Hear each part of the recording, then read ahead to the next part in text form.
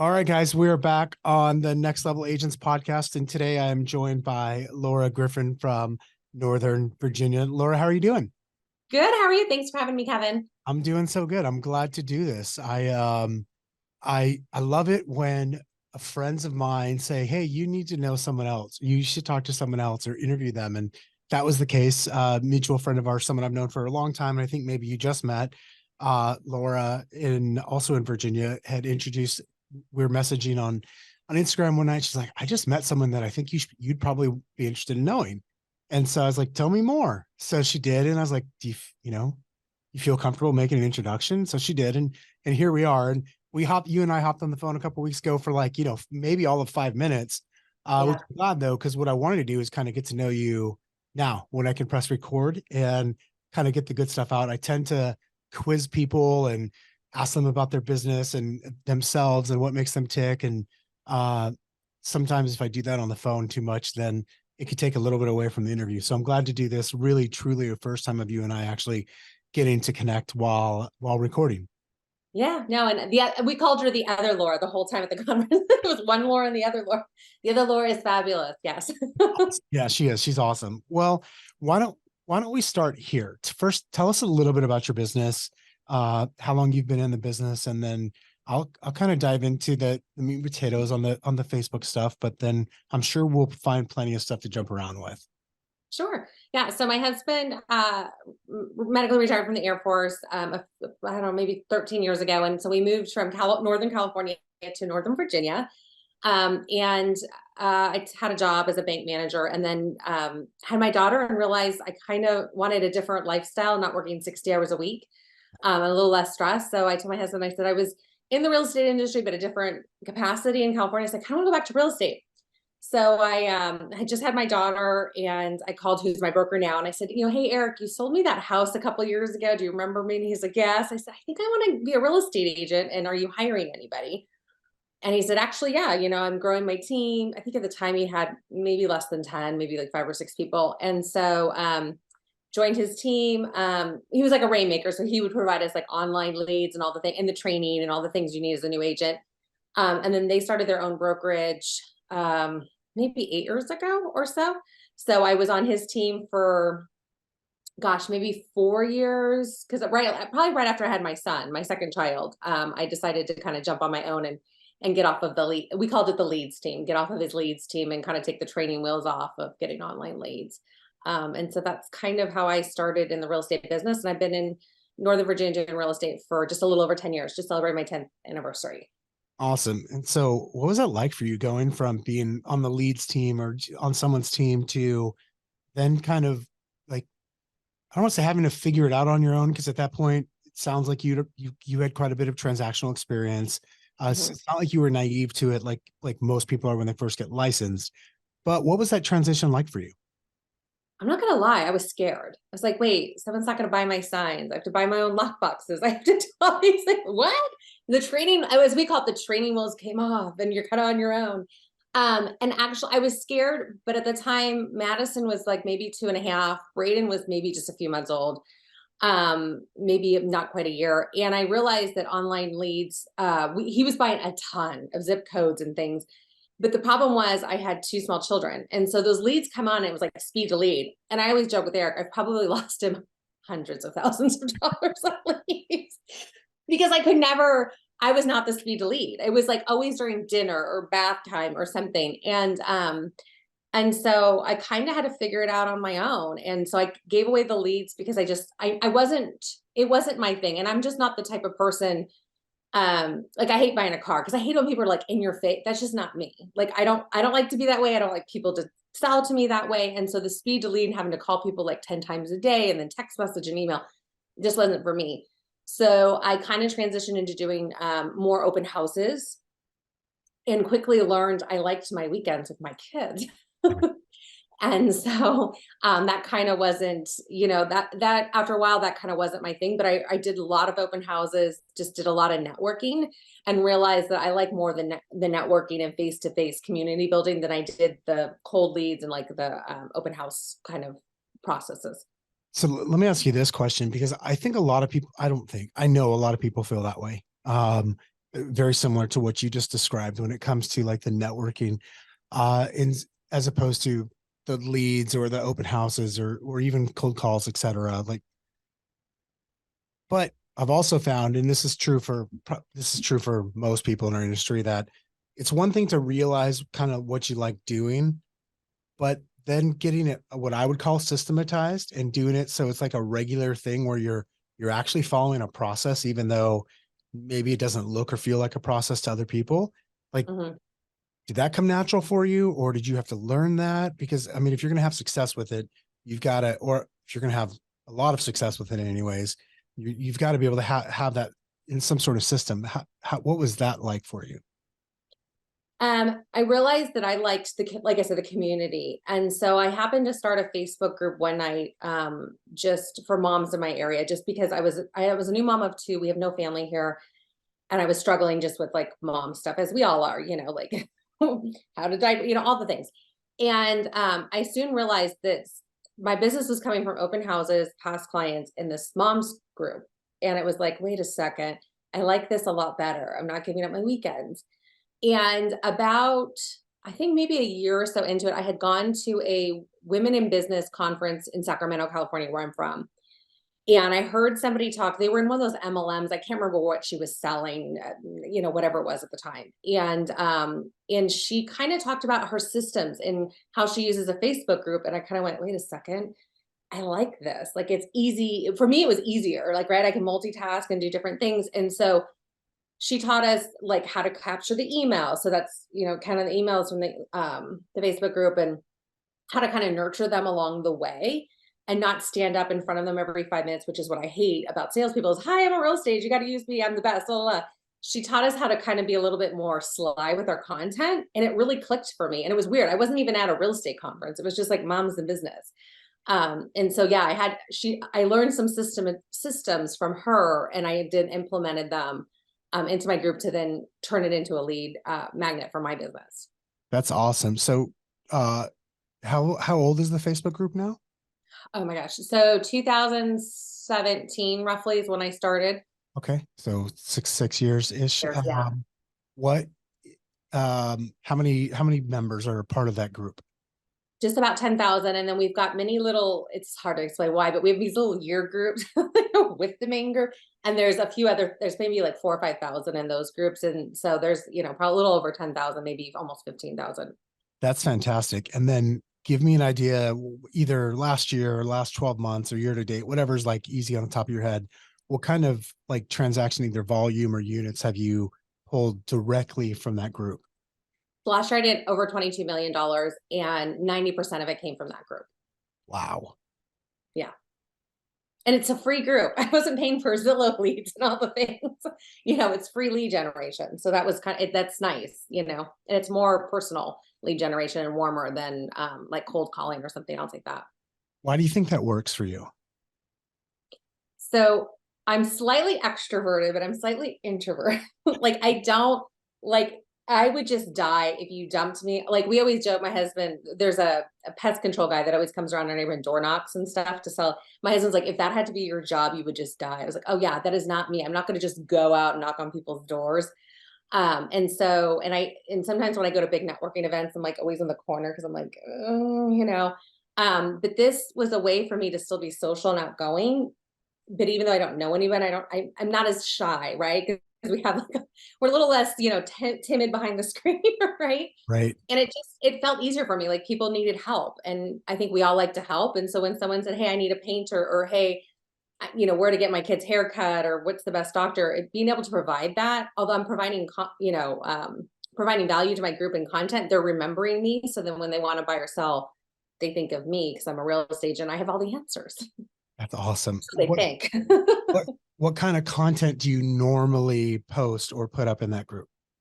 So I have a content calendar, and I'm not going to lie, I will rotate some stuff back in. So I keep track of what works and what doesn't work. And so it's just a mix of some community events, some funny things like drop your favorite GIF of how your morning went. Like who doesn't, like whose morning's not a nightmare, right? Right. I know mine are most of the time.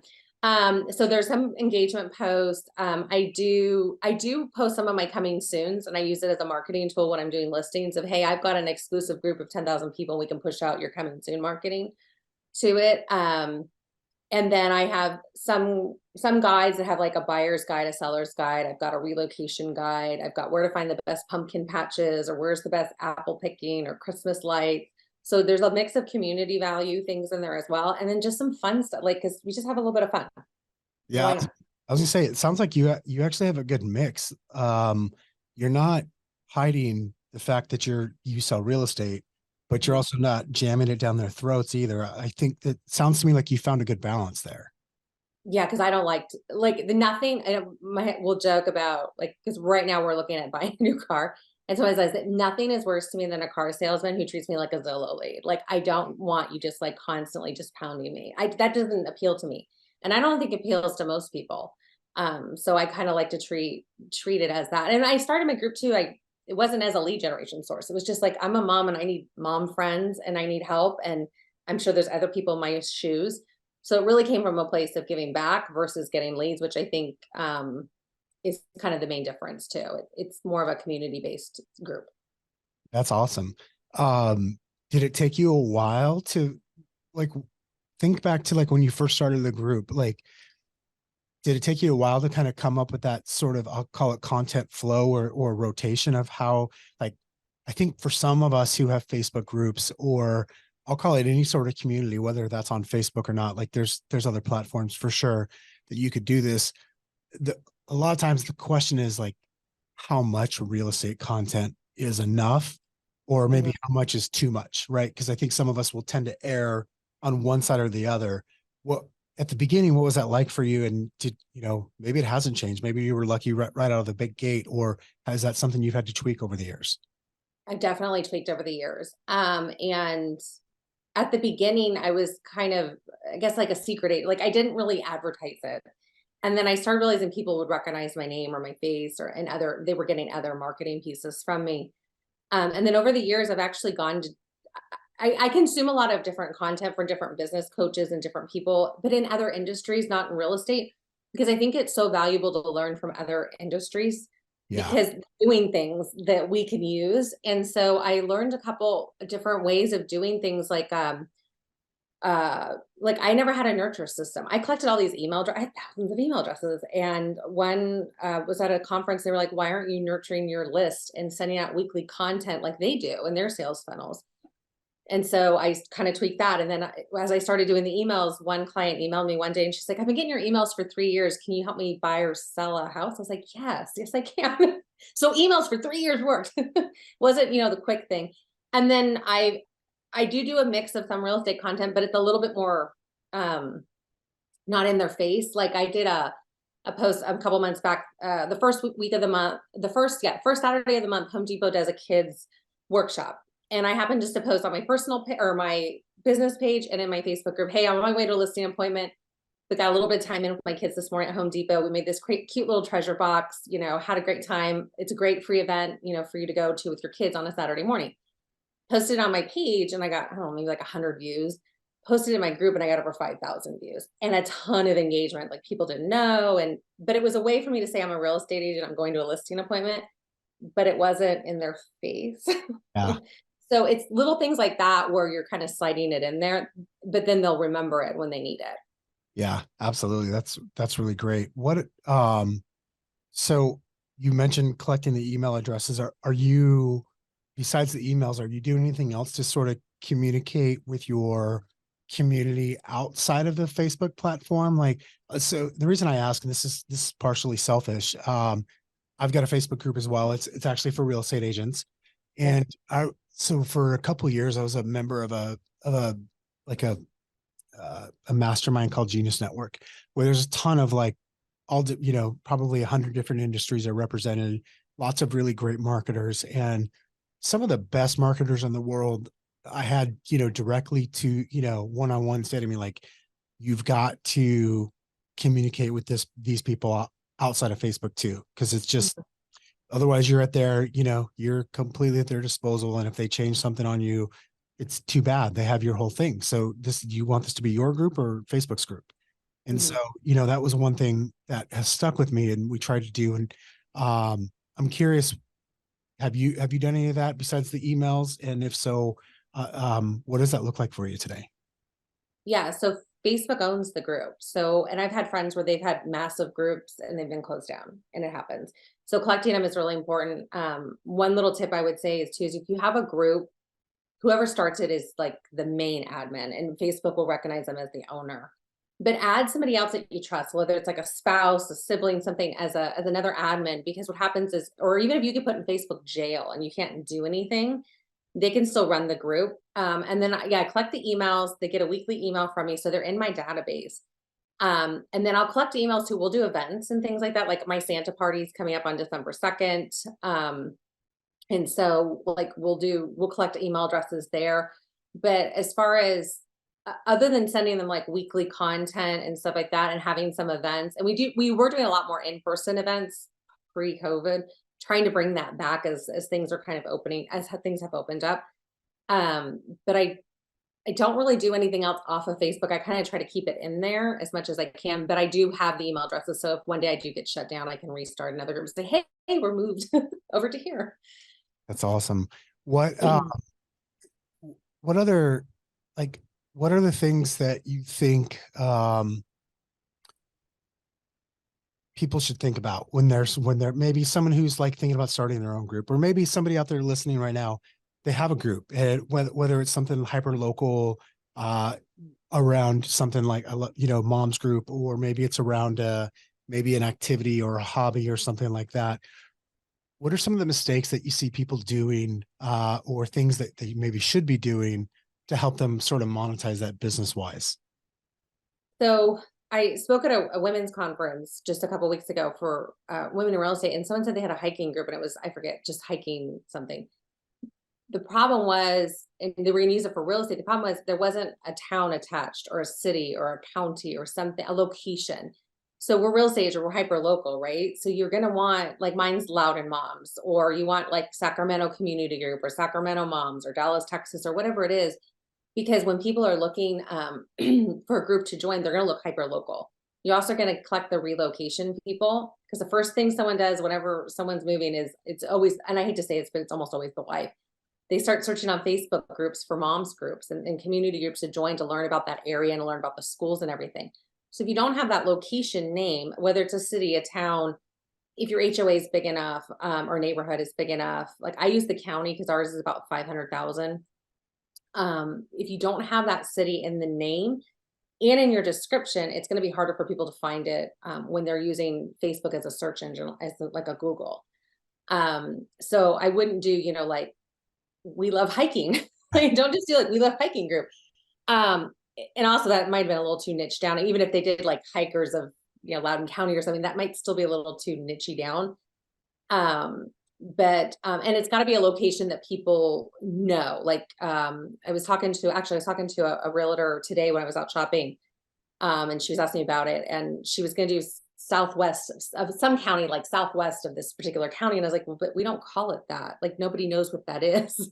So it's got to be something that people will recognize, and I think that's the biggest thing, is they don't have a good description of what the group is, where it's located, who you are, and maybe a freebie at the bottom that people can click on, whether it's a buyer's guide or relocation guide. I would recommend relocation because that's probably the biggest one you'll get. But if you don't have those pieces in there, it's going to be hard for people to find you and for you to grow your group, which ultimately that's what you want to do to get leads, is grow the group. So that's great advice. When it comes to growing the group, as you just pointed out, is that something that that's happened more organic for you, or was there specific things that you did early on? Um, you know, maybe strategically adding people, or putting, I I would call it like, like some bait out there for people to want to come join in, or even advertising. Like, what were the couple of things that you could think of, maybe that you did to help grow it so big? So originally it was just like my 10 friends, and I didn't think anyone would join. They do. So it's, at first I kind of just like put my friends in, and then they added their friends. And then once you're kind of a proven group, once you're about 500, so Facebook will start recommending you. But I kind of did grow at the beginning doing contests. And I will tell you, people will do anything for like a $25 Starbucks gift card or Target gift. Like add your 10 favorite friends, we'll have a contest. You can win a gift card. And that worked. And it was like, really? Okay. And then I've also done ads for the group where you can't run an ad to a group yet. Facebook, I think, is working on that from what I see. But you can take your business page and run an ad to a landing page, and then you can capture their email information and their information and then direct them to join a group. So you can do ads using a landing page. So I've done that before. We did a contest landing page. And then now that we're so big, Facebook just pushes us out there, which can be good and bad because I'm having to weed out a lot of bots or people that are trying to join for other reasons. And so I do vet them. I have an admin who helps me, or a virtual assistant, but I add everyone to the group because I kind of like to vet them and make sure they're not real estate agents or lenders or other people, or other like bots and things like that for the group. That's awesome. And I mean, you've already given a ton of value on this, but you've recently like launched a course on kind of how to take this to the next level. Can you tell us about that a little bit? Yeah. So last year I was at an award ceremony for a brokerage. We have about 1,000 agents, and I was number 4 for the company for sales. And I had a bunch of people coming up and like, how do you like, we never see you posting like houses for sale on your Facebook. Like we just don't see that up. And I said, oh yeah, I started a Facebook group and that's how I do it. And a whole bunch of them wanted to learn. So I said, okay. And so I started like teaching some people how to learn. And then a couple of people from other states emailed me and wanted to learn too. And so I've been kind of coaching on the side, and then realized like, I can't, it's hard to explain it to everybody all the time. And like, I can't get to everybody. So I created a course called Groups to Leads. And it's really everything from starting the group, setting it up properly, naming it, doing your descriptions, growing it, and then how to post content that converts for your group, and then how to nurture your group to get leads. Because some people might join your group today, but they may not use you for 4 years. So you're going to need to nurture them. So there's all those steps in there to kind of help you make it a successful lead generation and a pillar for your business. That's awesome. Say the name of the course again. Groups to Leads. And then if you go to Groups to Leads /webinar, there's a free webinar about how to start a group and some general information about Facebook groups for real estate agents. Great. Groups to Leads. Well, and then Groups to Leads /webinar. That's where I'll give it to you for the show link or for the show notes. We'll do that. We'll put that in the you show. don't have to remember. And we'll put those in the show notes for everyone to see. And what I think, you just talked about one of the things that stuck out to me, like you talked about kind of screening the people that want to join the group, screening out bots, maybe screening out other agents or lenders, or, strategically, you probably don't want other agents in the group. What I want to point out, and you can correct me or tell me what your experience is like, is this is still work. Like you may not be doing the door knocking or doing the open houses, but you are still putting in work to make this to make sure this thing works for you, right? Like this isn't just, put up a group, post some funny stuff every once in a while and the business comes to you. Like you actually have to put in some time to it. Yeah. And it's over the years, it's not so much work. It's maybe like 10-20 minutes a day, maybe. Cause I've got some stuff pre-planned and things, but yeah. So I know it's controversial. I do not let other real estate agents in my group or lenders. I've gotten burned by a lender who was taking leads. When people raise their hands saying any real estate, they were saying, I've got a better realtor. And so I've kind of learned to kick them out too. Sorry. And I know it sounds harsh, but when you think about it, if you were hosting an open house and you've got unrepresented buyers coming in, would you let another real estate agent stand there and take their information, or another lender? No, you wouldn't. So why are you going to let them into your basically virtual open house? You're not going to. So it felt bad at first. I will get it. And I understand that. But at the end of the day, it's a business and you're running it and you're providing value to the community, and who cares? So what? Like they can go start their own group. Others have in my area. It's great. Let them do it. But it's your business. It's your lead generation source. You need to treat it like that. And that's why I add the people instead of my virtual assistant, because I can see like who's in other real estate, because sometimes people don't have it in their name, or they don't have, I'm part of XYZ brokerage, when you're looking at their profile to join, but you can see that they're in other groups that you're in. So if they're in your local real estate groups or some of the bigger, groups, or even your group, I go, nope, not gonna join. Yep. So I don't, to me, it's not controversial. Like that's what you're the owner. You started it. You get to make the rules. To me, like that's the thing. Like you have the responsibility of it, but you also get the benefit of deciding like who gets in and who doesn't. And you're right. I think that's a great point about the open houses. You wouldn't want another agent hanging out, poaching the people that your open house signs drove to that house, or like a builder, if you go as an agent, if you go stand outside a builder showroom, and models, like that's not going to go well for you. And it's just not good like you just shouldn't do that. And so I don't think it's controversial at all. I think the other, them thinking that they could go in there is the controversial part. yeah. So you just have to treat it like it's your lead generation, like an open house. It's your own Yeah, little open house. Yeah.